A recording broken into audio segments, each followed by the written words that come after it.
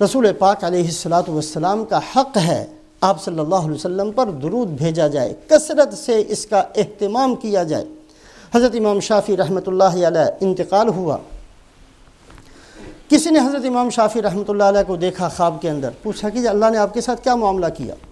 کہا اللہ پاک نے میرے اوپر ایسی انعامات کی بارش برسائی جیسے دلہن پر بارش کی جاتی ہے، اور میرے لیے جنت کو ایسا آراستہ اور سجایا گیا جیسے کہ دلہن کو سجایا جاتا ہے، اور مجھ سے یہ کہا گیا کہ یہ آپ نے خدمتیں تو دین کی بہت ساری کی ہیں، لیکن ایک درود شریف جو بہت کثرت سے پڑھا کرتے تھے، اللہم صلی علی سیدنا محمد کلما ذکرہ الذاکرون وغفل عن ذکرہ الغافلون، اس درود شریف کی برکت سے ہم نے آپ کا یہ اکرام کیا ہے۔ ایک موٹی سی بات، بہت اہم قسم کی بات ہم سب کے سب سامنے رکھیں، اللہ اور اللہ کے رسول صلی اللہ علیہ وسلم سے زیادہ قدردان کوئی نہیں ہے۔ بندہ چھوٹا سا بھی عمل کرتا ہے بڑی قدر فرماتے ہیں، کسی عمل کی بے قدری نہیں کی جاتی اللہ کے دربار میں، اور رسول پاک علیہ الصلاۃ والسلام کے دربار میں کسی محبت کی بے قدری نہیں ہے، بڑی قدردانی ہوتی ہے اللہ کے دربار میں بھی اور رسول پاک علیہ الصلاۃ والسلام کے دربار میں بھی۔ اللہ اور اللہ کے رسول سے زیادہ کوئی قدردان نہیں، لیکن یہ بھی سامنے رکھیں کہ اللہ اور اللہ کے رسول سے بڑا بے نیاز بھی کوئی نہیں،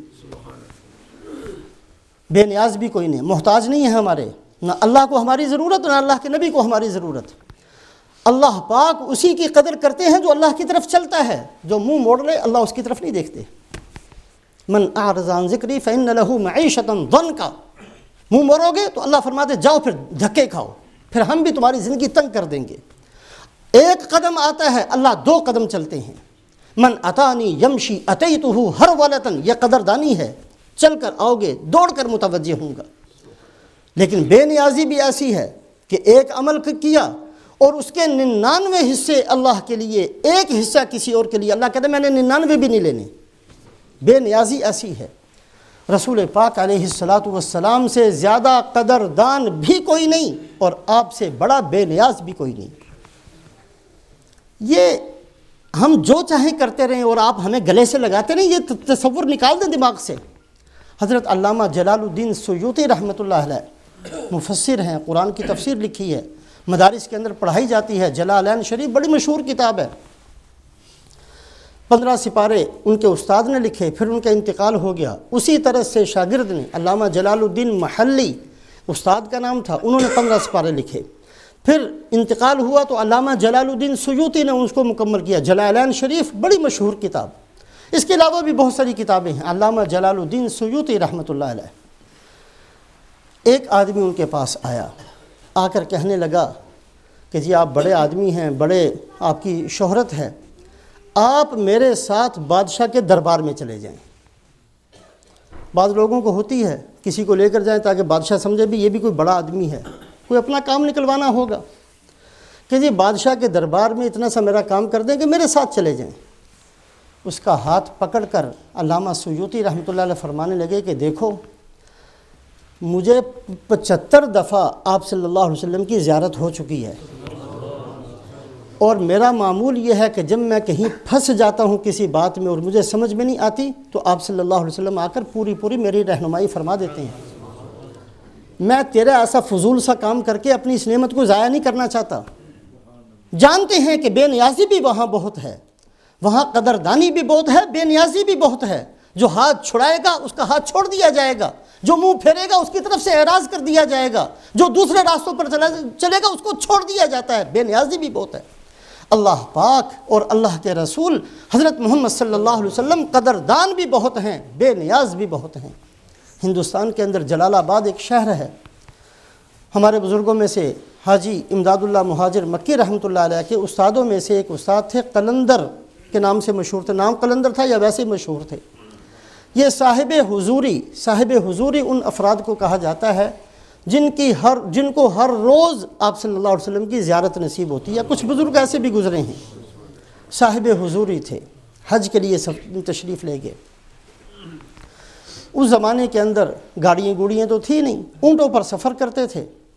تو مکہ مکرمہ سے مدینہ منورہ جاتے ہوئے ایک اونٹ کرائے پر لیا، اور جو وہ اونٹ کا مالک تھا کسی بات سے اس پر ناراض ہوئے تو اس کو ڈانٹ دیا یا اس کو ایک تھپڑ بھی مار دیا۔ اور وہ حمال اس کو کہتے تھے، وہ جو اونٹ کا مالک تھا غریب سا آدمی تھا جس پر ناراض ہو کر اس کو تھپڑ مارا تھا، وہ سید زادہ تھا، آپ صلی اللہ علیہ وسلم کی اولاد میں سے تھا۔ بس یہ ڈانٹنا تھا اور تھپڑ مارنا تھا کہ وہ ختم، زیارت بند۔ ہر روز زیارت ہوتی تھی، ختم، نماز نہیں چھوٹی، روزہ نہیں چھوٹا، کوئی عبادت نہیں چھوٹی، تسبیحات نہیں چھوٹی، تلاوت نہیں چھوٹی، ساری چیزیں موجود ہیں۔ لیکن بے نیازی کا اظہار بھی ہے وہاں، کہ یہاں ہمارے دربار میں قدر بھی بہت ہے اور بے نیازی بھی بہت ہے، ذرا سا بھی کر کے آؤ گے تو ہم پھر قبول نہیں کریں گے۔ اب وہ ایک تھوڑی سی غلطی ہوئی، ڈانٹ دیا کسی بات پر، اور وہ بڑا آدمی تھا، صاحب نسبت آدمی تھا، آپ صلی اللہ علیہ وسلم کی اولاد میں سے تھا، آپ صلی اللہ علیہ وسلم کو ناگوار گزرا، تشریف لانا بند کر دیا، زیارت بند ہو گئی۔ اب ہمارے جیسے کو تو شاید کوئی پرواہ نہیں ہوتی، ان کا رو رو کے برا حال ہو گیا۔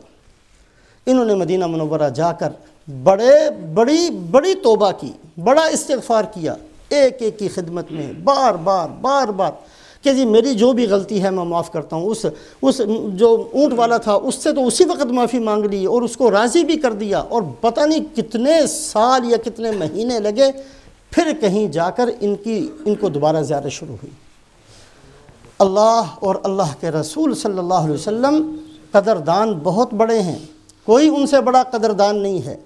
ذرہ لے کر جائے بڑھا کر اجر دیتے ہیں، بڑھا چڑھا کر دیتے ہیں۔ کھجور کے دانے کے برابر اللہ کے دربار میں اللہ کو خوش کرنے کے لیے صدقہ کیا جائے۔ فرمایا کہ میں اس کو ایسے پالتا ہوں جیسے تم میں سے کوئی اپنے گھوڑے کے بچے کو پالتا ہے۔ عربوں کے اندر گھوڑوں کے بچوں کو اپنے بچوں کو چھوڑ کر ان کی پرورش کی جاتی تھی، اس لیے کہ کام بہت آتے تھے۔ تو رسول پاک علیہ الصلاۃ والسلام نے وہی مثال دی کہ اللہ پاک تمہارے صدقات اور خیرات کی اتنی قدر کرتے ہیں، ایسے اس کو بڑھاتے اور پالتے ہیں جیسے تم میں سے کوئی آدمی اپنے گھوڑے کے بچوں کو پالتا ہے، یہاں تک کہ جب اللہ کے پاس پہنچے گا تو وہ کھجور کا دانہ نہیں، احد پہاڑ کے برابر بن چکا ہوگا۔ بڑی قدر کرتے ہیں اللہ پاک بھی اور رسول پاک علیہ الصلاۃ والسلام بھی۔ لیکن بے نیازی کا بھی بہت اظہار ہوتا ہے، بہت اظہار کرتے ہیں اللہ پاک بھی بے نیازی کا۔ جو منہ موڑتا ہے پھر اللہ اس کی طرف نہیں دیکھتے ہیں، جو اعراض کرتا ہے اللہ سب سے پہلے اعراض کر لیتے ہیں۔ رسول پاک علیہ الصلاۃ والسلام بھی بے نیازی کا اظہار بہت فرماتے ہیں۔ اللہ پاک ہم سب کو تھوڑی سی سمجھ کی توفیق نصیب فرمائے۔ ہم سب نے اپنی زندگی پر نظر ثانی کرنی ہے۔ یہ جو ہماری زندگی بشمول میرے جو ہماری زندگی گزرتی ہے کہ ہمارے سامنے ہمارا پیٹ پہلے ہے، ہمارے سامنے ہماری دنیا کی خواہشات پہلے ہیں، ہمارے سامنے یہ دنیا کی چند روزہ زندگی کی اہمیت بہت زیادہ ہے۔ قبر کو ہم نے سوچنا چھوڑ دیا، حشر کو ہم نے سوچنا چھوڑ دیا۔ رسول پاک علیہ الصلاۃ والسلام کے سامنے کھڑے ہونا ہے، کس منہ سے کھڑے ہونا ہے، کیسے ہم دیکھیں گے کہ آپ ہمیں دین لے کر آئے، دے کر تشریف لائے، ستیہ ناش کر دیا، ہم نے آپ کی سنتوں کو خراب کیا، ہم نے آپ کی سنتوں کو چھوڑا، کبھی آنسو نہیں نکلے، کبھی پریشانی نہیں ہوئی، کبھی نیند نہیں اڑی، کبھی بھوک ختم نہیں ہوئی، کبھی ہم نے اپنا سر دیوار کے ساتھ نہیں مارا، کبھی پریشانی نہیں ہوئی کہ ہم کیا کر رہے ہیں، اسی طرح کھلکھلاتے ہوئے مر گئے اور چلے گئے دنیا سے، سارا دن پاؤں کے نیچے رکھ کے پھر بھی ہم نے زندگی گزار لی۔ کس منہ سے رسول پاک علیہ الصلاۃ والسلام کے سامنے ہمارا کھڑا ہونا ہوگا؟ کس طریقے سے ہم درخواست کریں گے یا رسول اللہ ہماری مدد فرمائیے، یا رسول اللہ ہمیں بھی حوض کوثر میں سے پانی دیجئے؟ ہم کیا کر کے جا رہے ہیں؟ میں نے اور آپ نے اپنی زندگیوں پر نظر ثانی کرنی ہے، دیکھنا ہے کہ ہم نے کس راستوں پر چلنا شروع کیا ہے۔ جن راستوں پر ہم چل رہے ہیں اس کا انجام وحشتناک گڑھا ہے، اس کا انجام ہلاکت ہے، اس کا انجام بربادی ہے، اس کا انجام دنیا اور آخرت کی ذلت ہے، اس کے علاوہ کچھ نہیں ہوتا۔ ان راستوں پر چلتے ہوئے کبھی بھی کوئی امت پنپنی نہیں ہے، کبھی کسی کو عزت نہیں ملی ہے۔ عزت ملی ہے تو اللہ کی فرما برداری میں، عزت ملی ہے تو سرکار دو عالم حضرت محمد صلی اللہ علیہ وسلم کی غلامی میں، جس نے یہ تاج اپنے سر پر رکھا، اللہ اور اللہ کے نبی نے بڑی قدر کی ہے۔ تو اللہ پاک مجھے بھی توفیق نصیب فرمائے، آپ حضرات کو بھی، کہ ہم اپنی زندگیوں کے بارے میں سوچیں اور جو صحیح راستہ ہے اس پر آ جائیں اور اس پر چلنا شروع کریں، خواہ ہماری رفتار آہستہ ہو یا تیز ہو، لیکن ہماری منزل ہمارے سامنے ہو، ہمارا راستہ درست ہو، ہم جس راستے پر چل رہے ہیں اس راستے کے اندر کوئی کجی نہ ہو، ہم سیدھے راستے پر چلنے والے بنیں۔ اللہ ہم سب کو توفیق نصیب فرمائے۔